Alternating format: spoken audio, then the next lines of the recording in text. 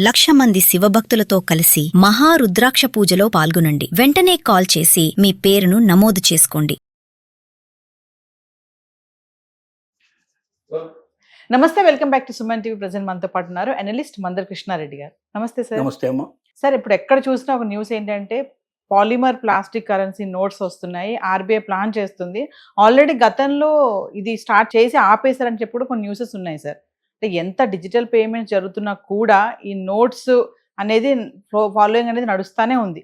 మరి అసలు ఈ పాలిమర్ ప్లాస్టిక్ కరెన్సీ నోట్స్ ఎందుకు తీసుకురావడం జరుగుతుంది? మరి దీని వెనుకున్నటువంటి స్టోరీ ఏంటి? అంటే అసలు వస్తాయా ఇవి త్వరలో? అంటే నోట్ల రద్దు అని ఈ మధ్య ఎక్కడ చూసినా సోషల్ మీడియా లోపల విపరీతమైన ట్రోలింగ్ నడుస్తూ ఉంది. అంటే మనకు గతంలో 2,000 రూపాయల నోటు రద్దు ఎట్లయితే చేశారో అట్లాగే మళ్ళీ చేయబోతున్నారు అని ఒక వార్త పుట్టుకొచ్చింది. కానీ ఆర్బీఐ ఈ మధ్య క్లియర్గా ప్రెస్ కాన్ఫరెన్స్లో చెప్పింది ఏమిటంటే ఇది నోట్ల రద్దు కింద తీసుకోవాల్సిన అవసరం లేదు, నోట్ల బదులుగా ప్రత్యామ్నాయ నోట్లని ప్రింట్ చేస్తున్నాం. కారణం ఏంటంటే ఇప్పుడున్న నోట్లు చాలా తొందరగా చినిగిపోతున్నాయి, మరకలు పడిపోతున్నాయి. దాని మీద ఏదైనా పడితే తుడిచినా కూడా పేపర్ కాబట్టి మొత్తం టోటల్గా అల్లుకుపోతుంది, కంప్లీట్గా పనికి రాకుండా పోతున్నాయి. ఇలా మరకలు పడ్డవి, చినిగిపోయినవి ఇవన్నీ మళ్ళీ బ్యాంకుల ద్వారా ఆర్బీఐకి రావడం, దాని మధ్య కొత్త నోట్లు ప్రింట్ చేయాల్సిన అవసరం ఉండటం, ప్రింటింగ్ కాస్ట్ కూడా చాలా విపరీతంగా పెరిగిపోయింది, పేపర్ రేటు కూడా చాలా విపరీతంగా పెరిగిపోయింది. దీనివల్ల డబ్బు రూపంలో మేము రిలీజ్ చేస్తున్న డబ్బుకి దాదాపుగా ఒక 1/3 రేటు దాకా ఒక మొత్తం లోపల అమౌంట్ ఖర్చు పెట్టాల్సి వస్తుంది. ఇంత అని ఖచ్చితంగా చెప్పకపోయినప్పుడు ఒక పెద్ద మొత్తంలో ఖర్చు పెట్టాల్సిన పరిస్థితి పడుతుంది. ఈ పెద్ద మొత్తంలో ఖర్చు పెట్టడం వల్ల ఆర్థిక భారం బాగా పెరిగిపోయి నష్టాల బారిన పడే పరిస్థితి, దేశానికి కష్టం వచ్చే పరిస్థితి పడుతుంది. రెండోది, చిన్నప్పుడు కూడా కస్టమర్స్కి బాగా డబ్బు ఉన్నవాడి దగ్గర 10 నోట్లలో ఒక నోటు, 100 నోట్లో ఒక నోటు చినిగిపోతే పెద్ద ఇబ్బంది కాదు. కానీ ఉన్నదే 2 నోట్లో ఒక నోట్లో చినిగిపోతే వెంటనే బ్యాంకు పోయి తెచ్చుకోవడం కూడా అది సులభం కాదు. బ్యాంకులో కూడా వెళ్ళి మన అకౌంట్లో వేస్తే తర్వాత ఎప్పుడు వాళ్ళ డబ్బులు మనకు క్రెడిట్ చేస్తారు. కానీ అప్పటికప్పుడు కావాల్సిన వాడికి అందుబాటులో ఉండదు. ఈ కష్టాలన్నింటిలో తప్పించుకోవడం ఒకటి ఇది. రెండోది ఏంటంటే ఇప్పుడు ఈ నోట్లు ఏవైతే ఉన్నాయో ఇప్పుడు యూపీఐ సిస్టమ్ ఇప్పుడు బాగా విపరీతంగా డెవలప్ అయ్యింది దేశం లోపల. కూరగాయల వాడు కానీ, టీ కానీ, పళ్ళకుండా కానీ ప్రతి చోట మనకు యూపీఐ సిస్టమ్ పెడుతున్నాడు. వెంటనే ఫోటో తీసేసి డబ్బులు వాళ్ళు ట్రాన్స్ఫర్ చేస్తున్నాం. దీని మీద కొద్ది రోజుల క్రితం మనం మాట్లాడుకున్నాం. బెంగళూరు లోపల యూపీఐ చేసినటువంటి ప్రతి పర్సన్కి, ప్రతి ఇన్స్టిట్యూట్ లేకపోతే ఏదైనా ట్రేడ్ మార్క్ సంబంధించినటువంటి వాళ్ళు ట్రేడ్ చేసుకునే వాళ్ళు అవుతున్నారో వీళ్ళకి అందరికీ నోటీసులు వచ్చాయి. బెంగళూరుని బేస్గా చేసుకొని, అంటే కర్ణాటకను బేస్ చేసుకొని ఇచ్చారు, అందరికీ నోటీసులు ఇచ్చారు. మీ అకౌంట్లో 3 లక్షలకైనా మించిన ట్రాన్సాక్షన్ జరిగింది కాబట్టి మీరు వెంటనే ఇన్కమ్ ట్యాక్స్ ఫైల్ అంతా సబ్మిట్ చేయాల్సిందే, ఇన్కమ్ ట్యాక్స్ రిటర్న్ ఫైల్ చేయాల్సిందే. మీరు మీ యూపీఐ మొత్తం ట్రాన్సాక్షన్స్ అన్నీ కూడా 3 లక్షలు క్రాస్ అయిపోయినాయి. అంటే ఒక వ్యక్తికి 3 లక్షల వరకు ఇప్పుడున్న పరిస్థితి ప్రకారం ఇన్కమ్ ట్యాక్స్ రూల్స్ ప్రకారంగా ఇన్కమ్ ట్యాక్స్ ఎగ్జంప్షన్ ఉంది. అంతకన్నా మించి ఉన్నట్టయితే అతను తనకు ఆ డబ్బు ఎక్కడి నుంచి వచ్చిందో, ఎంత ఖర్చు పెట్టాడో, ఎంత మిగిలిందో ఆ వివరాలు ఎప్పుడు కూడా ఇన్కమ్ ట్యాక్స్ రిటర్న్స్ ఫైల్ చేయాల్సిన అవసరం ఉంటుంది. అలాగే ట్రేడర్ కూడా తన టర్నోవర్ మించి ఒకవేళ తను ట్రాన్సాక్షన్ చేసినట్టయితే ఆటోమేటిక్గా అతను కూడా, ప్రతి ట్రేడింగ్ పర్సన్ కూడా, ప్రతి ట్రేడర్స్ కూడా కంపల్సరీగా రిటర్న్స్ దాఖలు చేయాలి. అటు సేల్స్ ట్యాక్స్కు రిటర్న్ దాఖలు చేయాలి, ఇటు ఇన్కమ్ ట్యాక్స్ కూడా రిటర్న్ దాఖలు చేయాలి. ఇది ప్రయోగాత్మకంగా ఒక కర్ణాటకలో ప్రవేశపెట్టి చూశారు.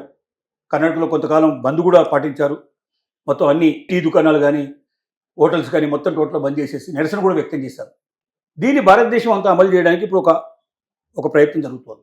మరి ఇప్పటిదాకా యూపీఐ సిస్టమ్ ఉంది కాబట్టి టకటక ఫోన్లో ట్రాన్సాక్షన్ చేసేస్తున్నారు కాబట్టి డబ్బులు క్యాష్ తక్కువ ఉన్నా కూడా ఇవాళ రొటేషన్ నడుస్తూ ఉంది.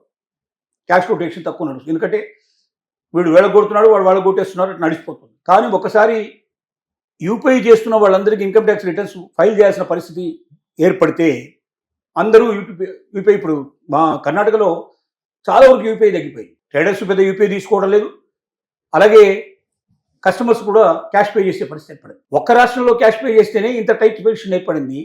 ఇక రేపు భవిష్యత్తులో అన్ని రాష్ట్రాల్లో మొత్తం దేశం అంతా కూడా ఒకేసారి క్యాష్ ట్రాన్సాక్షన్ మేము చేస్తాం, మేము యూపీఐ చేయడం వల్ల అనవసరంగా మేము ఇన్కమ్ ట్యాక్స్ కట్టాల్సిన పరిస్థితి ఏర్పడుతుంది అనేటువంటి భావన ప్రజల్లో ఏర్పడితే అందరూ క్యాష్ మీద పడ్డారంటే క్యాష్ విపరీతంగా కావచ్చు. మరి క్యాష్ రెడీగా లేకపోతే ఏమవుతుంది? గగ్గోలు పుడుతుంది, దేశం అంతా కూడా అల్లకల్లో అయ్యే పరిస్థితి ఏర్పడుతుంది. ఇది కూడా ఒక కారణం. వీటన్నిటిని దృష్టిలో పెట్టుకొని రెండోది ఏంటంటే ఈజీగా ఇప్పుడు పేపర్ మీద ప్రింట్ చేయడం అంటే సులభంగా జిరాక్స్ మిషన్ పెట్టేసుకొని నోట్లు ప్రింట్ చేసేసి బయటకు తీసుకొస్తున్నారు. అదే పాలిమర్ సంబంధించినటువంటి ఒకవేళ కాగితాన్ని ఉపయోగించినట్టయితే, పాలిమర్ పేపర్ను ఉపయోగించినట్టయితే, పాలిమర్ పేపర్ అంత సులభంగా మార్కెట్లో దొరకదు. అది కొద్ది కొద్దిగా కొనడం కష్టం. దాన్ని ఒకేసారి పెద్ద ఎత్తున కొనాల్సి వస్తుంది. లక్షల కోట్లు ఇన్వెస్ట్ చేయాల్సిన పరిస్థితి ఏర్పడుతుంది. మామూలు సామాన్యుడికి అందుబాటులో ఉండని పరిస్థితి ఏర్పడుతుంది. అందువల్ల కొంత డూప్లికేట్ నోట్లు కూడా తగ్గే అవకాశాలు ఉంటాయి. అంటే అసలు డూప్లికేట్ జరగదు, దొంగ నోట్లు అసలు పుట్టమని చెప్పడం చాలా కష్టంతో కూడుకున్న పని. ఎందుకంటే అమెరికాలో నోట్లో కూడా దొంగ నోట్లు చేసిన వాళ్ళు ఉన్నారు, ఇండియా నోట్లు చేసిన వాళ్ళు ఉన్నారు, అన్నిటి చేసిన వాళ్ళు ఉన్నారు. కానీ పర్సంటేజ్ చూస్తే మామూలు పేపర్ మీద ప్రింట్ చేయడం అంటే ఈజీగా జిరాక్స్ మిషన్ పెట్టుకొని ప్రింట్ చేసుకోవడానికి అవకాశం ఉంది. కాబట్టి పాలిమర్ సబ్స్టమ్ అయితే అది జిరాక్స్ కూడా అందకుండా ఉండే పరిస్థితి ఏర్పడుతుంది. రెండోది పేపర్ కూడా చాలా ఈజీగా దొరకదు, చాలా కాస్ట్లీ ఉంటుంది. రెండోది ఎక్కువ మొత్తంలో కొనాల్సి వస్తుంది. చిన్న చిన్న ఏదో 10, 20, 25 కొంటారంటే దొరకవు. ఇట్లాంటి పరిస్థితి ఏర్పడుతుంది. వీటన్నిటిని దృష్టిలో పెట్టుకొని ఇప్పుడున్న నోట్లకు ప్రత్యామ్నాయంగా పాలిథిన్ లోపల ఒక భాగం ప్లాస్టిక్ లాంటిది, ఇది ఒక పాలిమార్ ఉంటుంది. ఆ పాలిమార్తో చేసింది చాలా గట్టిగా ఉంటుంది. ఇది నలగదు, ఇది మాయదు, ఇది చిరగదు. ఏదైనా పడితే కూడా మనం దాని పైన తడిగుడ్డ పెట్టి క్లీన్ చేస్తే కూడా మళ్ళీ క్లీన్ అయిపోయే అవకాశాలు ఉంటాయి. ఇన్ని రకాల లాభాలు ఉన్నాయి. కాబట్టి దీన్ని ఇప్పటి నుంచి మనం పాలిమర్ ప్రింటింగ్ చేస్తే బాగుంటుందని already reserve bank of India ఒక ప్రయత్నం చేసి కొంత ప్రింటింగ్ చేసి ఆపేసింది. డిమానిటైజేషన్ టైంలోనే మనం ఏదైతే నోట్ల రద్దు జరిగిందో ఆ టైంలోనే దాన్ని అమలు చేయాలని ప్రయత్నం చేసింది. కానీ అప్పుడు కుదరక ఆపేసింది. ఇప్పుడు దాదాపు తయారు చేసి రెడీగా పెట్టుకుంది. ఏ నెలలో అయినా దాన్ని రిలీజ్ చేసే అవకాశం ఉంది. రిలీజ్ చేసినా మొత్తం అన్ని నోట్లు ఒకేసారి రిలీజ్ చేయరు. ముందు 10 రూపాయలు, 20 రూపాయలు, 50 రూపాయలు, అట్లాంటి 100 రూపాయలు ఇట్లాంటి చిన్న చిన్న నోట్లు ముందు ప్రింట్ చేసిన తర్వాత 500 రూపీస్ నోటుకి తర్వాత వెళ్ళే అవకాశం ఉంటుంది. ఇదంతా ప్రాసెస్ ఒక నెల, 1 సంవత్సరం, 2 సంవత్సరాల పాటు జరిగే అవకాశాలు ఉన్నాయి. దీంట్లో నోటు రద్దులాగా ఈ రోజు వరకు పలానా డేట్ వరకే మీరు తీసుకోవాలని ఇప్పుడే ప్రకటించరు. మామూలు ట్రాన్సాక్షన్ నడుస్తూనే ఉంటాయి. ఈ నోట్లు ఆ నోట్లు రెండు చెల్లుబాటు అవుతుంటాయి. కానీ మెల్లమెల్లగా బ్యాంకు వచ్చిన నోట్లకు అన్నిటినీ వెనక్కి తీసేసుకొని దాని బదులుగా పాలిమర్ నోట్లు కూడా ప్రారంభిస్తారు. కొంతకాలం దాటిన తర్వాత ఏదో ఒక 3 నెలలు 6 నెలలు టైం ఇచ్చి ఆ రోజు నుంచి క్లోజ్ చేస్తాం, అప్పటిదాకా ఉండే వేలో మీరు ఇచ్చుకోండి అని చెప్తారు. కాబట్టి అంత భయపడాల్సిన అవసరం కానీ ఆ నోట్ల రద్దులాగా మళ్ళీ క్యూలలో నిలబడి చాలా మంది ప్రాణాలు పోగొట్టుకొస్తారని మనం భయపడాల్సిన అవసరం లేదు. కానీ పాలిమర్ నోట్లు రావటం వల్ల దేశానికి క్షేమకరం అని, దీర్ఘకాలం ఉంటాయని, ఖర్చు తగ్గుతుందని, ప్రజలకు కూడా చిరిగిపోవు కాబట్టి పాడైపోవు కాబట్టి ఎక్కువ కాలం ఉపయోగించుకునే అవకాశం ఉంటుందని, ఇలాంటి రకరకాల ఆలోచనలతో ఇది వస్తోంది. అది రావాలని, సక్సెస్ కావాలని మనం కోరుకుందాం. దేశ అభివృద్ధి కోసం ఉపయోగపడే ఏ విషయాలైనా మనం ఆహ్వానించదగింది. Thank you.